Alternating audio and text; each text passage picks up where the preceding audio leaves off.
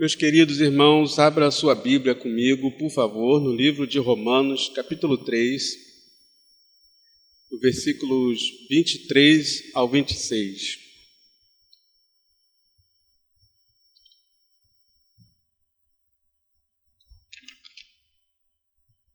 Bem?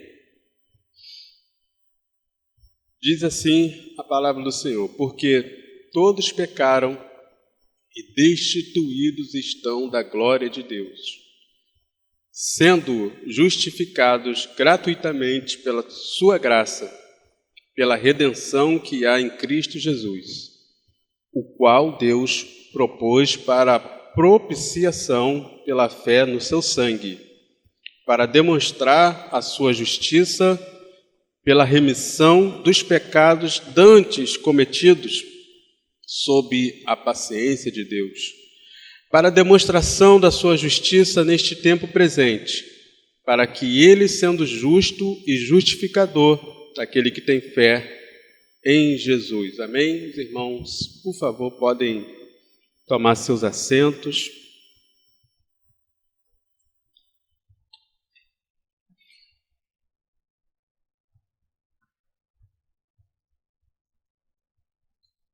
Antes de prosseguirmos com a reflexão, dando continuidade ao que nós já começamos a meditar, eu quero apenas fazer mais uma ressalva em relação a esses estudos. Uma vez que nós estamos nos voltando para a palavra de Deus, não estamos nos voltando para credos, não estamos nos voltando para tratados teológicos, estamos nos voltando, estamos nos debruçando, estamos apreendendo a palavra de Deus. Portanto, daqui você não irá ouvir tratados teológicos. Vamos meditar na palavra. Existem centenas e muitas produções teológicas falando desses assuntos todos que nós comentamos aqui, que nós meditamos.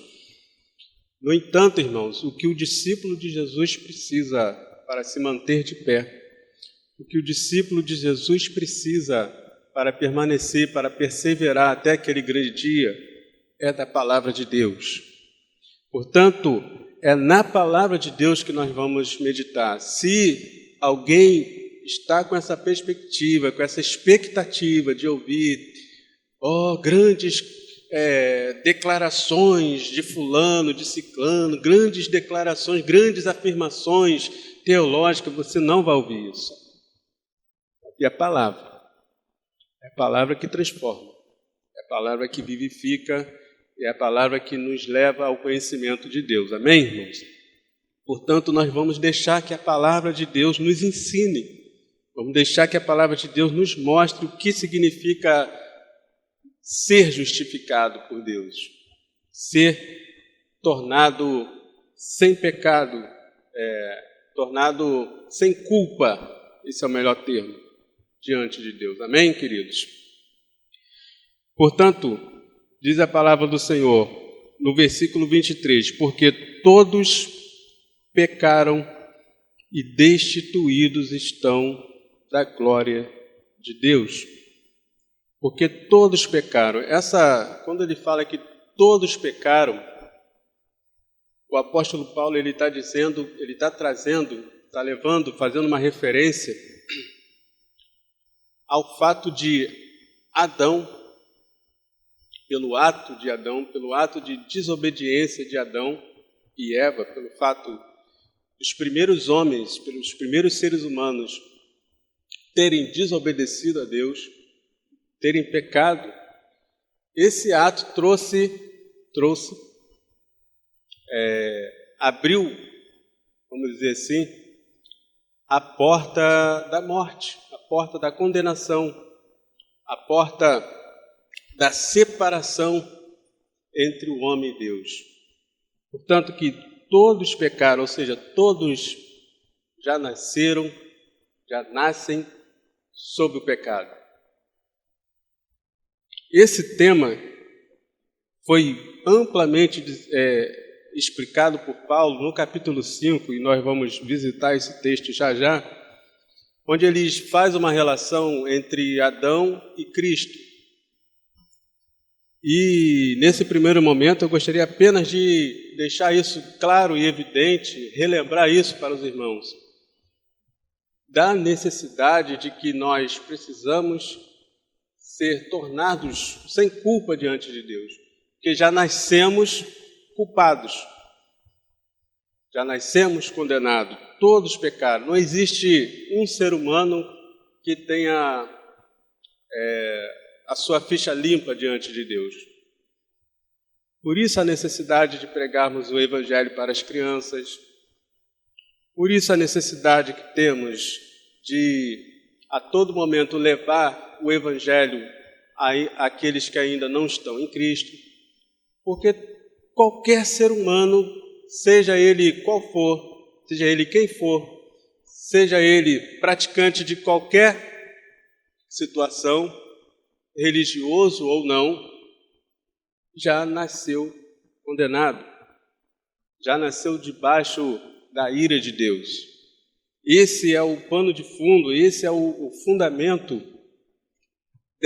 desse ensinamento, da gente entender o porquê de que precisamos ser tornados sem culpa diante de Deus, do porquê precisamos ser justificados diante de Deus, porque já nascemos sob o pecado, já nascemos debaixo da ira de Deus. Como, pois, então, como conseguimos, então, reverter essa situação? Interessante que Jó fez essa pergunta. Eu até anotei esse versículo, se não me engano, é no capítulo 9. Como se justificaria o homem diante de Deus? Acho que é no Jó, capítulo 9, versículo 1. Jó fez essa pergunta e quantos de nós já não fizemos? Como então podemos nos tornar justos diante de Deus? Como, pois, já entendemos que somos pecadores. Amém, irmãos? E o fato da gente entender que a gente é pecador, isso deve nos levar a uma decisão urgente de se arrepender. Isso deve nos levar a uma decisão urgentíssima de nos voltarmos para Deus, que já nascemos sob o pecado, não somos bons. O próprio Jesus falou, como vocês, sendo maus, sabem dar coisas boas aos seus filhos. O próprio Jesus falou, nós somos maus, nós temos essa natureza má, pecaminosa, que tende a não fazer o que agrada a Deus, devido ao pecado original. Deus, em seu infinito amor, na sua infinita misericórdia, decidiu reverter esse quadro. Como? João 3,16. Porque Deus amou o mundo de tal maneira que deu seu Filho unigênito, para que todo aquele que nele crê não pereça, mas tenha vida eterna. João 3,16. Abra comigo, por favor. Os versículos seguintes também são muito interessantes.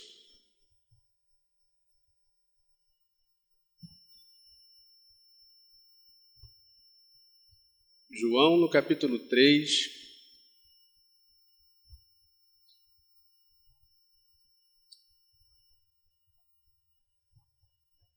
vou ler, na verdade, a partir do 15. Para que todo aquele que nele crê não pereça, mas tenha a vida eterna, porque Deus amou o mundo de tal maneira que deu o seu Filho unigênito, para que todo aquele que nele crê não pereça, mas tenha a vida eterna. Porque Deus enviou o seu Filho ao mundo não para que condenasse o mundo, mas para que o mundo fosse salvo por ele. Quem crê nele, em Cristo, não é condenado, Mas quem não crê já está condenado, porquanto não crê no nome do unigênito Filho de Deus. Quem não crê já está condenado, porque ele já nasce sob condenação. Ele já nasce sob condenação. Não são os atos deles que ele pratica a partir de uma determinada idade que vai torná-lo condenado. Não são os atos que ele pratica. Na verdade, a prática do pecado, ela só está, não diminuindo, né? Mas a prática do pecado, ela só está intensificando a ira de Deus sobre o ser humano, porque ele já nasce condenado, ele já nasce debaixo da ira de Deus. Ele já nasce distante de Deus, separado de Deus, que o pecado faz separação entre o homem e Deus. Portanto, essa é a necessidade, essa é a situação, esse é o raio-x do homem. Não pense que pelo fato de nós estarmos na presença de Deus, pelo fato de nós caminharmos com o Senhor, pelo fato de nós um dia termos nos rendidos a Cristo, termos confessado Jesus como Senhor e Salvador da nossa vida, não pense que sejamos bons por isso. Não pense que esses atos em si são os que nos tornaram justos diante de Deus, sem culpa. Nós vamos ver, então, o que nos tornou justos diante de Deus. Portanto, Jó fez essa pergunta. Então, como se justificaria o homem diante do Senhor? Se já nascemos assim, já nascemos separados de Deus, já nascemos culpados, já nascemos injustos, no sentido de que não somos justificados, no sentido de que ainda estamos com a culpa diante de Deus, como então se justificaria diante de Deus? Os judeus, interessante que os judeus os fariseus tentaram responder a essa pergunta incrementando obrigações que tais obrigações justificariam o homem diante de Deus, as legalidades. Na verdade, o que eles fizeram com a lei? Eles pegaram a lei e acrescentaram obrigações àquelas leis. E mesmo que não tivesse nenhum acréscimo, a prática da lei em si não torna o homem justo diante de Deus. E a lei, ela serviu como o quê? Quem pode me ajudar aí? A lei, ela teve uma função. Vou pedir até que o irmão Diácono Durval me auxilie, por gentileza. E eu gostaria que vocês me ajudassem também. A lei, ela teve uma função. E qual foi essa função? No processo todo de salvação, no processo todo de Deus conduzindo a história, se a lei não justifica, qual seria então a função da lei? Já sabemos que a função da lei não é justificar, amém? Não é tornar o homem sem culpa diante de Deus, que foi o erro que os fariseus cometeram, e Paulo escreveu praticamente uma carta inteira. Romanos trata muito disso, Gálatas também. Se a lei não torna o homem sem culpa diante de Deus, qual seria então a função da lei?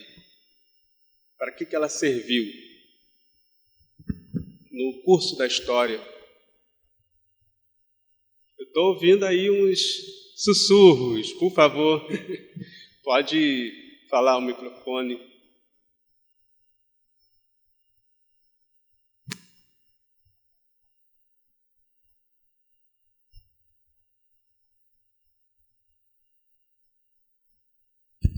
Acho que não está ligado ali embaixo.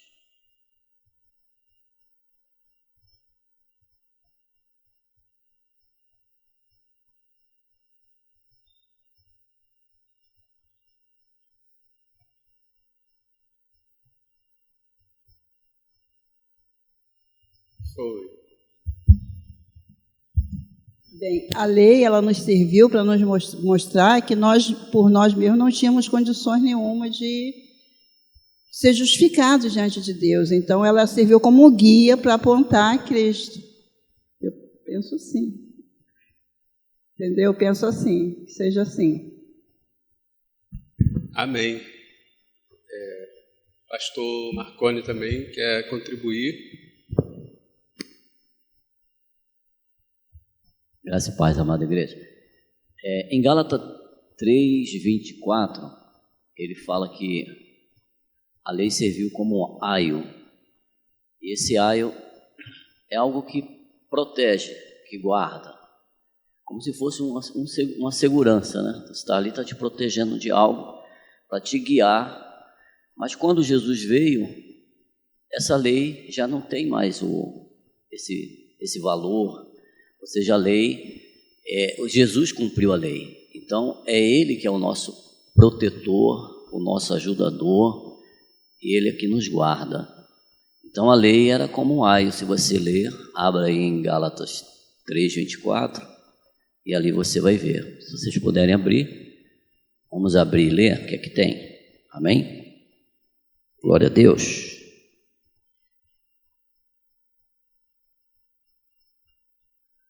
Amém? A palavra de Deus diz em Gálatas 3:24: de maneira que a lei nos serviu de aio para nos conduzir a Cristo, para que pela fé fôssemos justificados. Então, você tem algo que está ali, então você escreve dizendo, não toque, você vai levar choque. Então, é como se fosse uma lei, está ali escrito, e realmente se tocar, você vai levar um choque, você vai ter problema. A lei, ela direcionava, dizendo, não peque, não faça isso, não faça aquilo, direcionando a pessoa, caminhando para Cristo. E Jesus veio, e quando ele veio, ele não veio descumprir a lei, pelo contrário, ele veio cumprir a lei, ele veio abrogá-la. Então, ele cumpriu a lei, porque ninguém pode cumprir a lei. É impossível, né? O homem querer seguir, cumprir a lei, ele não pode, porque na essência dele, como está sendo bem dito aqui, nós já nascemos com esta tendência ao pecado, à queda, porque está intrínseco no ser humano isso, vem desde Adão. Então a lei era para cumprir como um aio, aquela que conduz a pessoa, era para conduzir, né? Protegendo, dizendo, ensinando o caminho. Então, a lei foi para isso. Então, Jesus veio e justificou, porque Ele é Deus.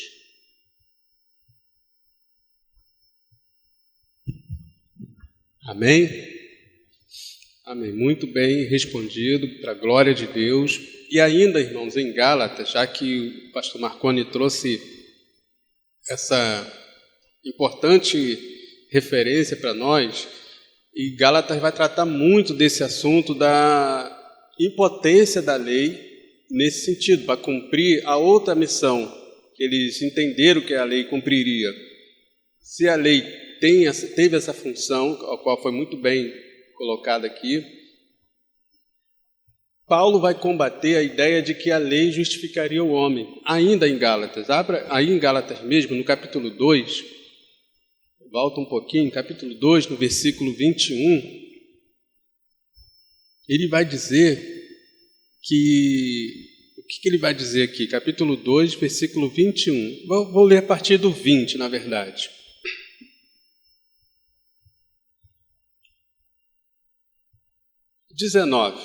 Vamos pegar do 19. Porque eu, pela lei, estou morto para a lei, para viver para Deus. Já estou crucificado com Cristo e vivo, não mais eu, mas Cristo vive em mim. E a vida que agora vivo, e na carne, vivo-la pela fé do Filho de Deus, o qual me amou e se entregou a si mesmo por mim. Não aniquilo a graça de Deus, porque se a justiça provém da lei, segue-se que Cristo morreu em vão.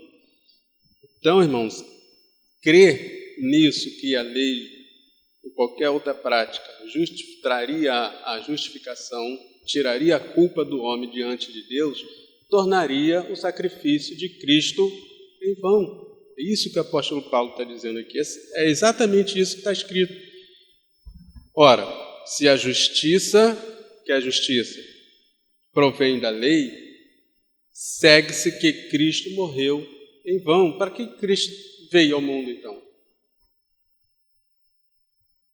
E relembrando que a nossa irmã Cláudia falou muito bem na semana passada sobre as nossas justiças serem como trapos de imundícia, essa referência está em Isaías 64, versículo 6, mas todos nós somos como o imundo e todas as nossas injustiças, todas as nossas justiças, como trapo da imundícia, e todos nós murchamos como a folha, e as nossas iniquidades como um vento que nos arrebata. Como isso pode trazer a justificação? De forma alguma. Então, crer você colocar qualquer prática, aqui está no contexto judaizante, né? Paulo estava combatendo os judaizantes que estavam ali literalmente infernizando a igreja, trazendo heresia para dentro da igreja. Mas hoje, no contexto, ainda existe elementos, doutrinas judaizantes querendo acrescentar práticas ao Evangelho. Mas no contexto geral, a gente pode dizer que qualquer prática que não esteja contemplada no Evangelho de Jesus, que não esteja contemplada nos ensinamentos de Cristo e amplamente difundidos pelos apóstolos nas epístolas, pregado ali nos discursos em Atos, esses atos, qualquer ato que extrapole isso, que não esteja inserido nesses ensinamentos, vão anular o sacrifício de Cristo. Para que Cristo teria vindo aqui, se prática A ou prática B torna o homem justo? Amém, irmãos? Então, a lei não justifica o homem, não torna o homem sem culpa diante de Deus, porque isso torna o sacrifício de Cristo em vão. Em Gálatas 3, versículo 10, Gálatas 3, versículo 10,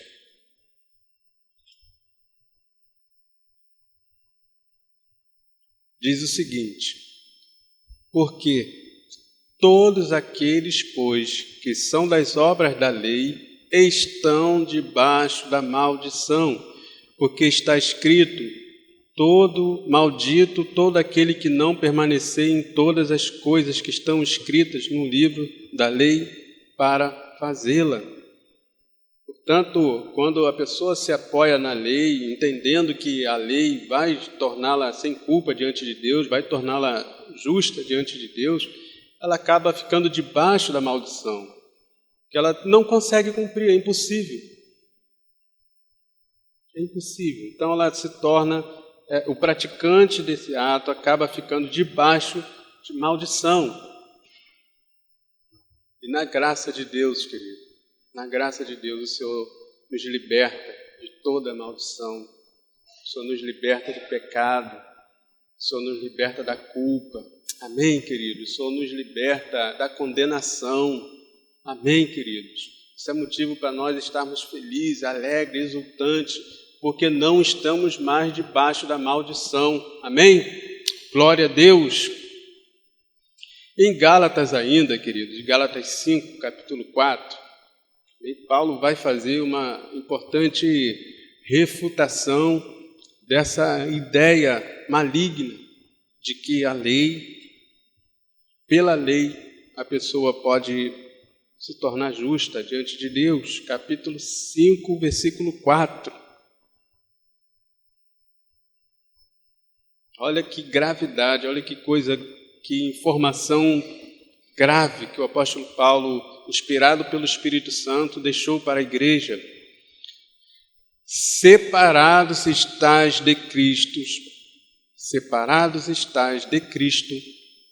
vós os que vos justificais pela lei da graça tendes caído. Então essa prática, além de trazer separação, olha só que coisa grave, irmãos. O pecado em si, ele já deixa o homem separado diante de Deus. Aí o camarada se volta para Deus pela lei.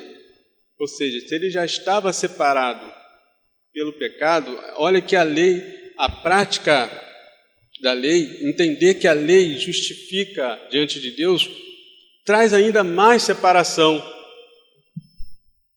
entre o ser humano e Cristo. Separados estais de Cristo, não tem comunhão, não tem vida com Deus. Separados estais de Cristo, vós os que vos justificais pela lei da graça tendes caído. Aí ele está falando aqui, vós os que justificais pela lei. A gente está falando de justificação, a gente está falando dessa ideia, a gente está falando desse conceito. E eu queria perguntar a você mais uma vez, e agora eu queria pedir, irmão, pode até ficar, irmão, com o microfone, mas não precisa ficar em pé não, para o irmão não ficar cansado. Pode, quando não estiver usando, fique aqui, por favor. Eu queria perguntar a você, mais uma vez, queria que você me ajudasse a edificar a igreja, explicasse, falasse com as suas próprias palavras o que significa ser justo. Aqui ele está falando, vós que justificais pela lei, né? Vós que tentam ser justificados. Eu queria que você, meu amado irmão, minha amada irmã, me falasse para nós, nos edificasse com as suas próprias palavras o que significa ser justo diante de Deus e como isso se aplica no nosso dia a dia. Seja no evangelismo, seja no nosso culto, como essa ideia que a gente tem de estar justo diante de Deus, como isso se aplica no meu dia a dia, como que eu posso trazer isso para o meu dia a dia, na minha prática de evangelismo, no culto congregacional, no meu devocional diário. Amém? O que significa ser justo diante de Deus e como isso se aplica no meu dia a dia, no meu cotidiano.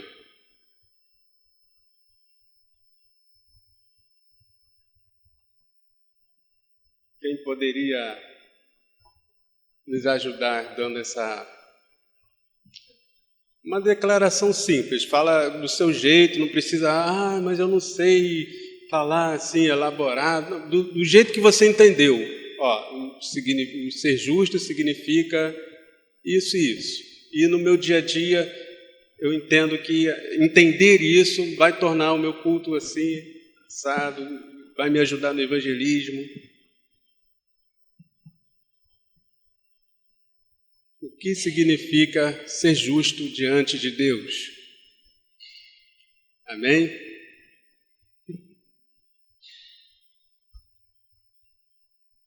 A irmã quer falar?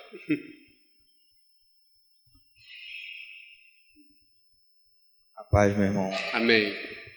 Ser justo diante de Deus significa estar em Cristo. Porque é Jesus que nos justifica, né? Pelo que Ele fez por nós na cruz, pagou um alto preço ao qual nós não poderíamos pagar, né? Nós mesmos não poderíamos pagar o preço que foi pago na cruz. Jesus veio, morreu por nós, pagou um alto preço. E diante de Deus nós somos justificados através de Cristo, estando em Cristo. Vivendo em Cristo, nós somos justos diante de Deus e justificados em Cristo diante de Deus. Só há ser justificado estando em Cristo. Não estando em Cristo não tem como ser justo ou estar justificado. É o que eu, assim, compreendo. Amém. Pastor Marconi, por favor. Graça e paz, amados.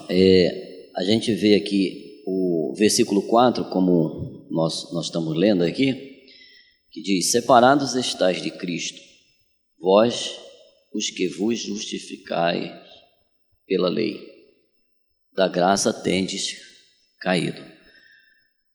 Aí, a gente vendo aqui, nós vemos muitas pessoas que entendem, né? E elas falam, já vi muitas pessoas falar isso, tipo, a pessoa não rouba, a pessoa não defrauda ninguém, a pessoa não é um assassino, a pessoa se julga um bom filho, um bom marido, enfim, ela faz as coisas que a lei manda. Inclusive, o jovem, quando esteve diante de Cristo, aquele jovem rico, ele diz: o que eu posso fazer para ganhar o reino dos céus? E ele diz: aí Jesus cita 5 leis, e ele diz: tudo isso eu faço, eu sou isso, sou aquilo.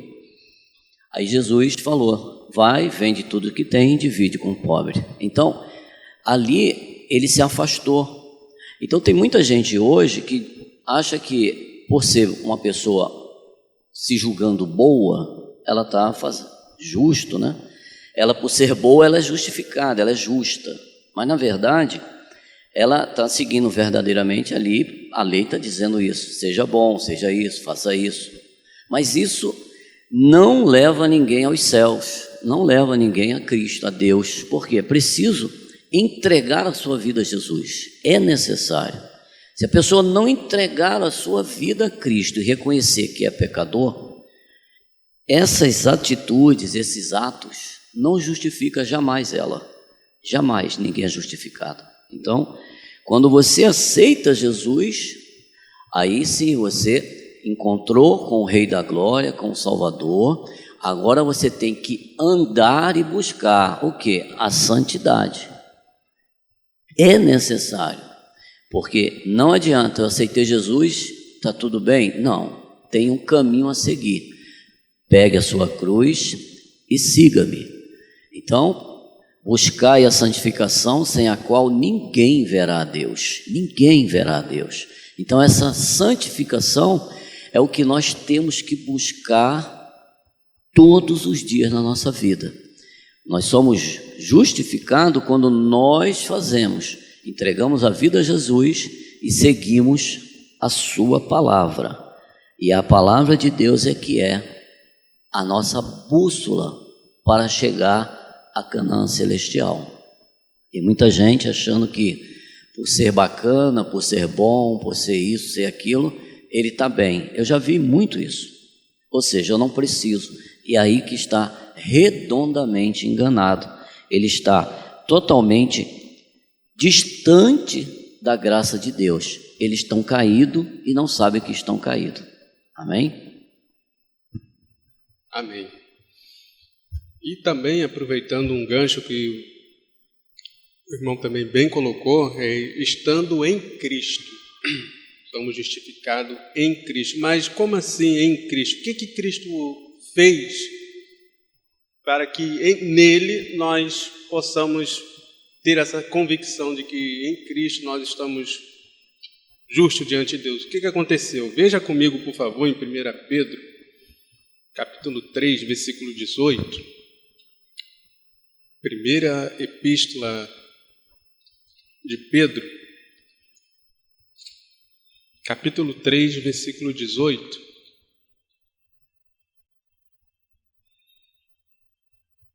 Porque também Cristo padeceu uma vez pelos pecados, o justo pelos injustos, para levar-nos a Deus, mortificado na verdade na carne, mas vivificado pelo Espírito. Vou repetir, porque também Cristo padeceu uma vez pelos pecados, o justo pelos injustos, para levar-nos a Deus, mortificado na verdade na carne, mas vivificado pelo Espírito. Cristo assumiu o nosso lugar na cruz, o justo pelos injustos. Éramos nós que tínhamos que estar naquela cruz, mas porque Cristo também padeceu uma vez pelos pecados, o justo pelos injustos. Ele assumiu a nossa culpa, ele assumiu a nossa dívida, ele assumiu que toda a condenação que estava destinada a toda a humanidade recaiu sobre Jesus. Ele assumiu essa condenação. A ira de Deus, a justiça foi plenamente satisfeita na cruz do Calvário. Amém, igreja? A justiça de Deus foi plenamente satisfeita na cruz do Calvário. Portanto, se Cristo assumiu o nosso lugar na cruz, se a condenação que estava determinada para cada ser humano recaiu sobre Jesus na cruz, e Ele morreu pelos nossos pecados, nós em Cristo, desfrutamos da vida que há nele. Ele assumiu a nossa culpa e nós vivemos a sua vida em Cristo Jesus. Ele assumiu a nossa condenação, ele assumiu, recaiu sobre ele, e nós passamos da condenação para a vida em Cristo, passamos da morte para a vida em Cristo. Por que tem que ser em Cristo? Aí a gente liga todos esses pontos que estão sendo refletidos aqui. Porque pela fé nós precisamos reconhecer que Jesus é o único Filho de Deus, pela fé nós nos voltamos para o Senhor, pela fé nós assumimos um compromisso com Ele, e pela fé nós nos arrependemos de nossos pecados, e aí a gente recebe essa justificação, de graça, não por ato algum. Amém? Abra comigo também em Romanos capítulo 5. Também vai dizer isso, o que aconteceu na cruz, o que aconteceu, o que Cristo fez, para que a gente possa realmente entender isso, que em Cristo nós nos tornamos justos. Capítulo 5, versículo 8 e 9.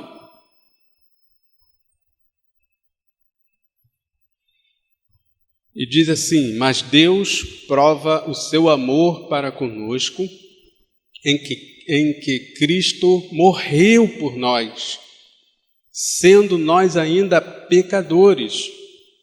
Logo, muito mais agora, tendo sido justificados pelo seu sangue, seremos por ele salvos da ira. Sendo ainda nós pecadores, ele não morreu por pessoas boas, não morreu. Vou reafirmar, é importante intensificar isso, dar ênfase a essa verdade. Ele não morreu por pessoas boas, pessoas queridas, ele morreu por pessoas pecadoras, pessoas em estado de inimizade com Deus, por pessoas em estado de total, vamos dizer assim, de total hostilidade com Deus. De total hostilidade com Deus. O nosso relacionamento com Deus sem Cristo é hostil, é de inimizade, é de guerra. Por isso que o Evangelho ele traz essa ideia de que a guerra acabou. É o anúncio, a bandeira branca, acabou a guerra. É o anúncio de que não existe mais guerra. Ele tinha o original ali, ele traz essa ideia. É boa nova, sim, mas o que significa essa boa nova? Dizer que acabou a guerra. E em Cristo Jesus, o Evangelho, ele traz essa boa notícia para mim e para você, que acabou a guerra entre eu e você, entre nós e Deus. Ele nos tornou, ele trouxe paz. Nós vamos ver isso também, os benefícios dessa justificação. Trouxe paz com Deus. Em Romanos ainda, no capítulo 5, dá uma avançadinha nos versículos, no versículo 18 ao 21. Romanos capítulo 5, versículos 18 ao 21. Pois assim, como por uma só ofensa veio o juízo sobre todos os homens para a condenação, de que Paulo está falando aqui? Por uma só ofensa veio o juízo sobre todos os homens para a condenação. Aqui ele está falando de Adão, por um só homem. No capítulo 5 ele vai fazer, a partir do versículo 12 ali, ele vai fazer esse paralelo de Adão com Cristo. Por uma só ofensa veio o juízo sobre todos os homens para a condenação, assim também, por um só ato de justiça veio a graça sobre todos os homens para a justificação da vida. Porque como pela desobediência de um só homem, muitos foram feitos pecadores, por isso que está lá no capítulo 3, e todos pecaram e destituídos estão da glória de Deus. Por um só homem, muitos foram feitos pecadores, assim, pela obediência de um, muitos serão feitos justos. Aleluias! Pela obediência de um, muitos serão feitos justos. Veio, porém, a lei para que a ofensa abundasse, mas onde o pecado abundou, superabundou a graça, para que, assim como o pecado reinou na morte, também a graça reinasse pela justiça para a vida eterna por Jesus Cristo, nosso Senhor. Amém, queridos? Por um só homem veio a ofensa, também por um só homem. Aleluia! Por um só homem, pela obediência de um, muitos foram feitos justos. Por isso que nós afirmamos que em Cristo nós somos justificados. Abra também, por favor, em Filipenses, capítulo 2, a partir do versículo 5.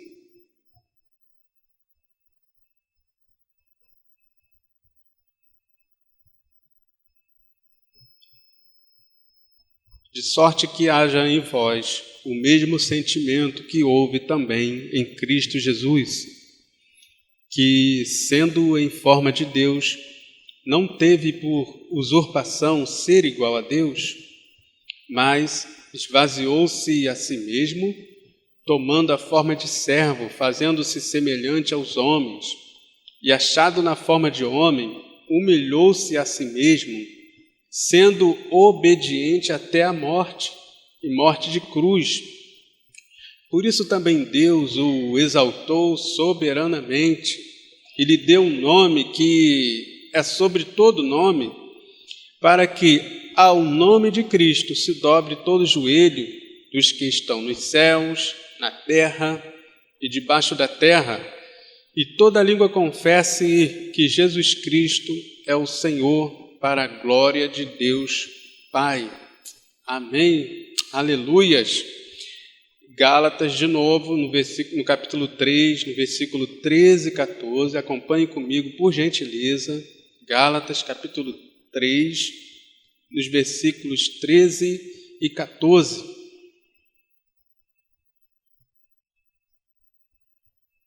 Falamos que a prática da lei nos torna maldito diante de Deus, não é verdade? Traz maldição diante de Deus, mas olha que declaração maravilhosa que o Espírito Santo trouxe por intermédio do apóstolo Paulo. No capítulo 3, no versículo 13, diz assim: Cristo nos resgatou da maldição da lei, aleluia! Cristo nos resgatou da maldição da lei, fazendo-se maldição por nós, porque está escrito: maldito todo aquele que for pendurado no madeiro, para que a bênção de Abraão chegasse aos gentios por Jesus Cristo e para que pela fé nós recebamos a promessa do Espírito Santo. Cristo nos livrou da maldição da lei. Era para nós estarmos ali naquele madeiro sendo maldito, mas Cristo nos livrou da maldição da lei, fazendo-se maldição por nós. Vamos também, irmãos, voltar um pouquinho em 2 Coríntios, capítulo 5, versículo 21. Por que em Cristo nós somos tornados sem culpa diante de Deus? Aleluias. 2 Coríntios, capítulo 2, versículo 21. 2 Coríntios, capítulo 5, versículo 21.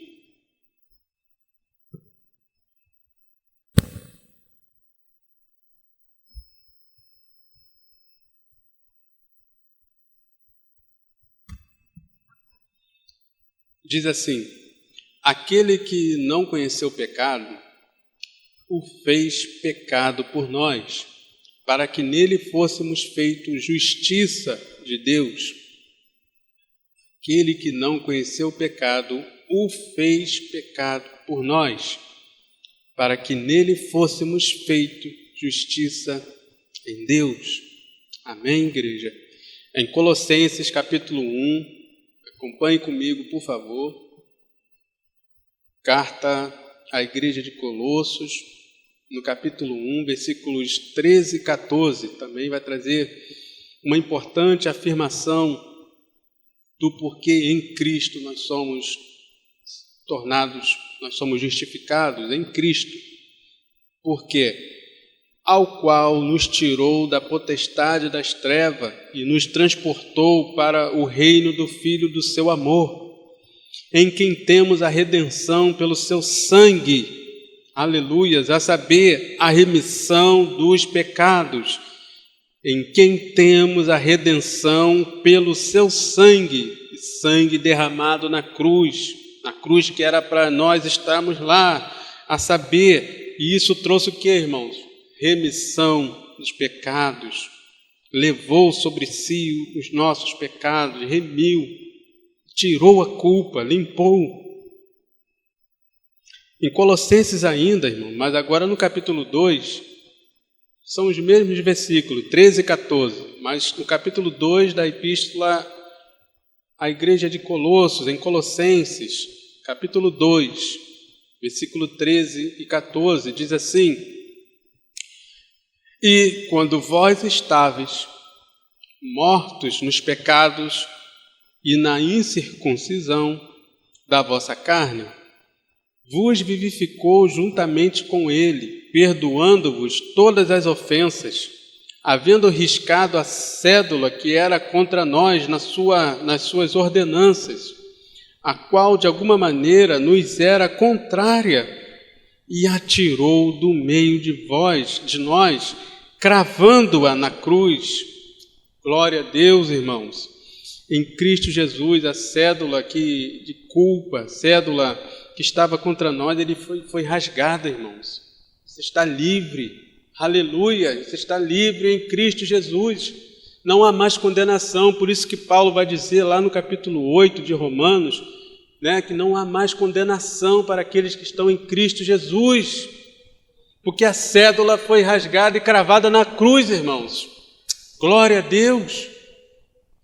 Não há mais condenação, por isso louve ao Senhor toda a oportunidade que você tiver de louvar a Deus. Louve a Ele com todas as suas forças, com todas as suas energias, com muita alegria, porque não há mais condenação para você e nem para mim, para a glória de Deus.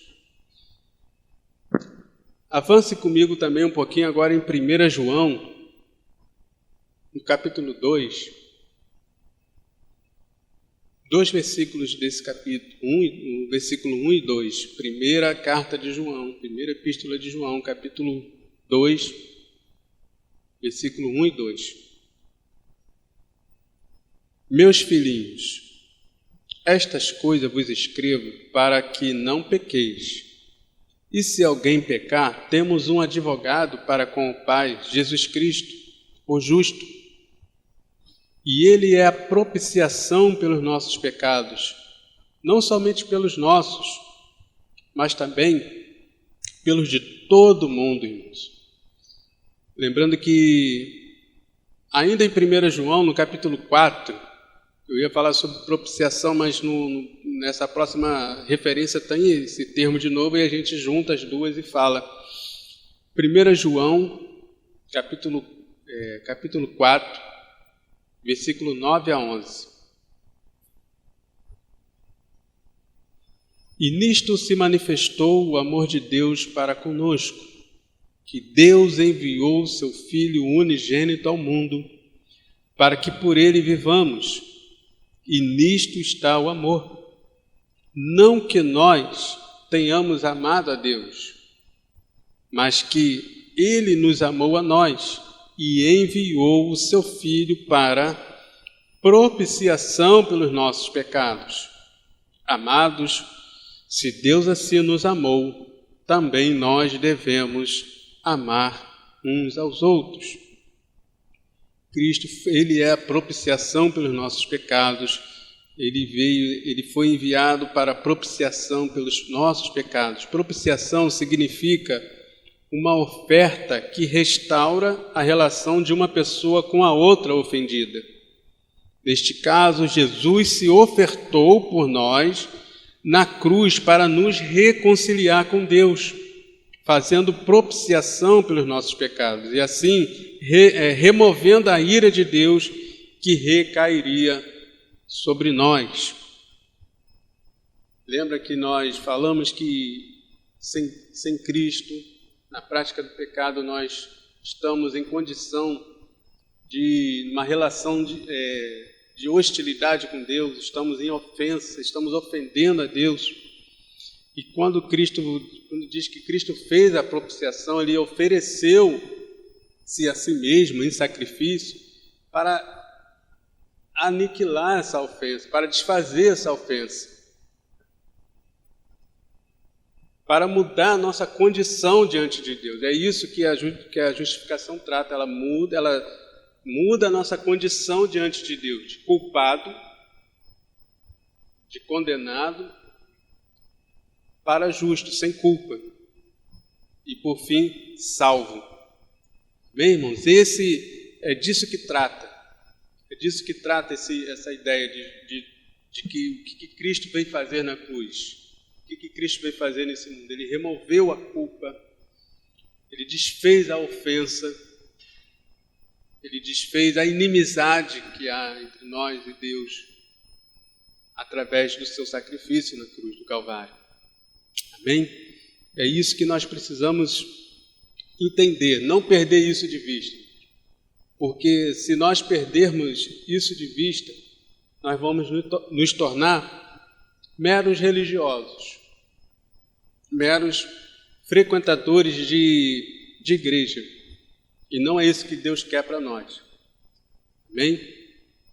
Glória seja dada ao nome do Senhor.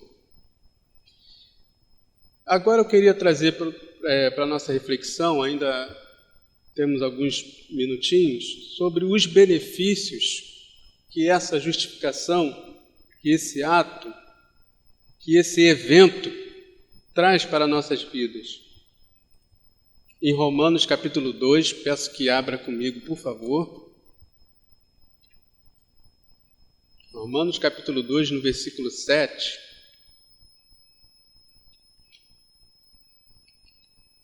Romanos capítulo 2, no versículo 7, Paulo vai fazer a seguinte afirmação: a vida eterna aos que com perseverança, vou reler.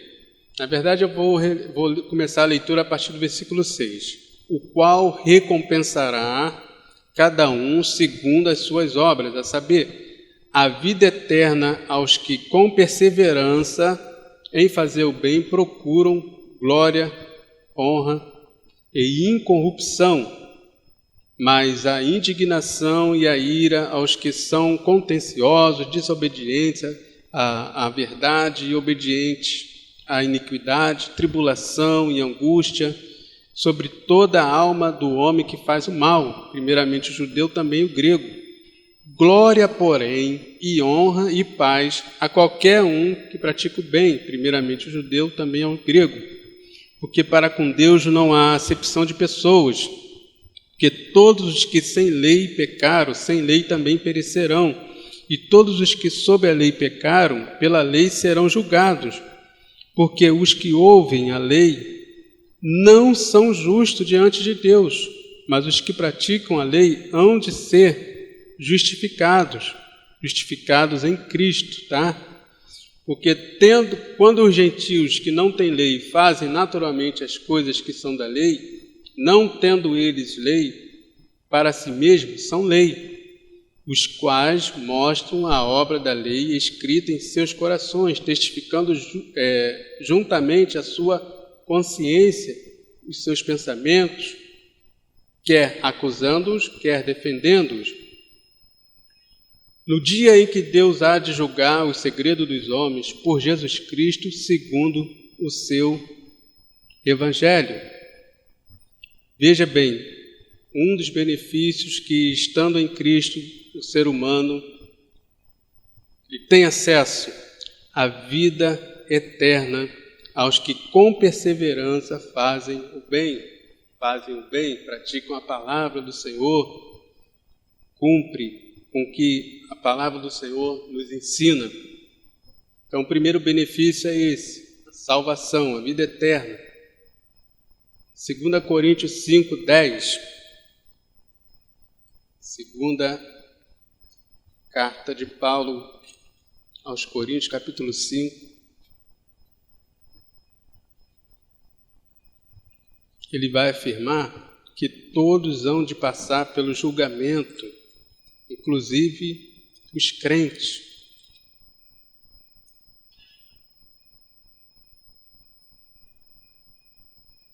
Porque todos devemos comparecer ante o tribunal de Cristo, para que cada um receba segundo o que tiver feito por meio do corpo, ou bem ou mal. Porém, os justificados em Cristo, aqueles que estão em Cristo, como que eles devem expectar esse julgamento? Qual é a expectativa que ele deve ter? Em 1 João, capítulo 4, no versículo 17, ele vai dizer como nós devemos aguardar esse dia. E esse é um benefício de nós estarmos justificados diante de Deus. Capítulo 4, versículo 17, diz: E nisto é perfeito o amor para conosco, para que no dia do juízo tenhamos confiança, porque qual ele é, nós também seremos, nós também neste mundo. E nisto é perfeito amor para conosco, para que no dia do juízo tenhamos confiança. Os justificados em Deus têm esse benefício, eles têm confiança de que eles podem ir confiantes para o dia do juízo. Eles não estão indo para a condenação, porque a condenação já recaiu em Cristo. Amém, irmão? Pode ir confiante. Agora, se não está em Cristo, se não foi justificado, realmente, é aquela passagem que nós lemos, a primeira passagem em Romanos, o que os aguarda? Em 1 Timóteo, capítulo 1, também vai trazer uma importante informação que nos faz perceber mais um benefício de estarmos justificados diante de Deus. 1 Timóteo, capítulo 1, versículo 16. Mas por isso alcancei misericórdia, para que em mim, que sou o principal, Jesus Cristo mostrasse toda a sua longanimidade, para exemplos dos que haviam de crer nele para a vida eterna. Nós fomos, pode-se dizer que esse benefício se traduz em absolvição, alcancei misericórdia, Paulo falando, né? Mas por isso alcancei misericórdia. Fui absolvido, fui tornado justo diante de Deus, sem culpa, por isso alcancei misericórdia, para que em mim, que sou o principal, Jesus mostrasse toda a sua longanimidade, para exemplo dos que haviam de crer nele, para a vida eterna. Em Romanos capítulo 5, a partir do versículo 9, também vai trazer mais um benefício, mais um resultado. Romanos capítulo 5, versículo 9, diz o seguinte: logo muito mais agora, tendo sido justificado pelo seu sangue, seremos salvos da ira. Lembra que falamos de que o primeiro benefício é a salvação? Seremos salvos da ira, porque se nós, sendo inimigos de Deus, fomos reconciliados, a propiciação, aqui poderia ser traduzido por propiciação, é o que João chamou de propiciação na sua epístola. Sendo inimigo de Deus, fomos reconciliados com Deus pela morte do seu Filho. Muito mais agora, tendo sido reconciliados, seremos salvos pela sua vida. E não somente isto, mas também nos gloriamos em Deus por nosso Senhor Jesus, pelo qual agora alcançamos a reconciliação. Então podemos dizer o quê? Ele acaba com a inimizade entre o homem e Deus. Mais um benefício, acaba com a inimizade, acabou. Nós fomos reconciliados com Deus. Em Romanos capítulo 8, também vai trazer uma importante informação sobre os benefícios desse evento nas nossas vidas. O crente passa a herdar as promessas que são direcionadas aos justos. Romanos capítulo 8, a partir do versículo 14.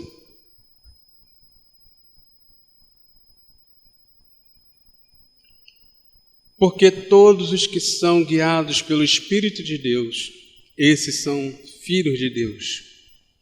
Porque não recebestes o espírito de escravidão, para outra vez estardes em temor, mas recebestes o espírito de adoção de filhos, pelo qual chamamos Abba, Pai. O próprio Espírito testifica o nosso espírito que somos filhos de Deus. E se nós somos filhos de Deus, somos logo herdeiros também, verdadeiramente herdeiros de Deus e co-herdeiros em Cristo. Se é certo que com Ele padecemos, para que também com Ele sejamos glorificados. Porque para mim tenho por certo que as aflições desse tempo presente não são para comparar com a glória que em nós há de ser revelada, porque a ardente expectação da criatura espera a manifestação dos filhos de Deus. Porque a criação ficou sujeita à vaidade, não por sua vontade, mas por causa do que a sujeitou. Na esperança de que também a mesma criatura será libertada da servidão da corrupção para a liberdade da glória dos filhos de Deus. Porque sabemos que toda a criação geme e está juntamente com dores de partos até agora. E não só ela, mas nós mesmos, que temos as primícias do Espírito, também gememos em nós mesmos, esperando a adoção, a saber, a redenção do nosso corpo. Porque em esperança fomos salvos. Ora, a esperança que não se vê não é esperança. Porque o que alguém vê, como também esperará?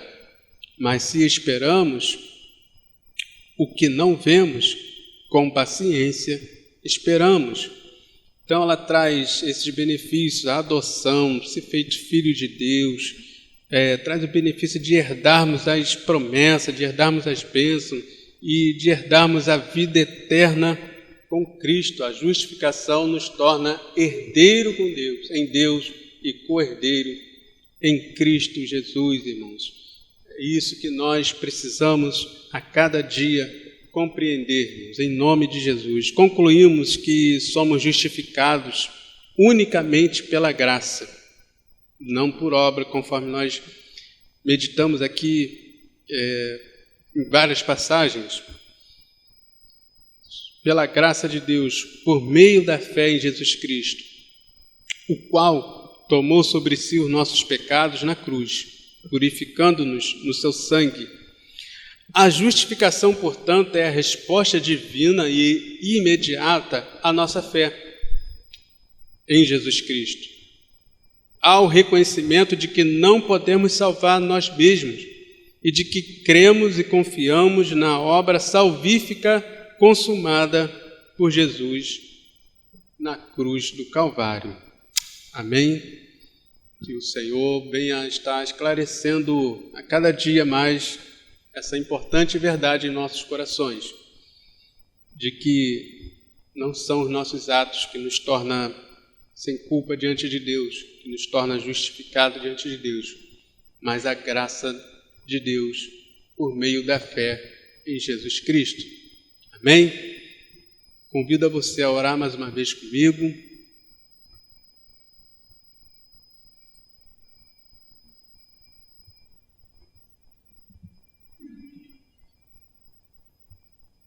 Pai, nós queremos te bendizer o teu nome, Senhor. Agradecer a ti por essa preciosa oportunidade, ó Pai, de meditarmos na sua palavra, Senhor.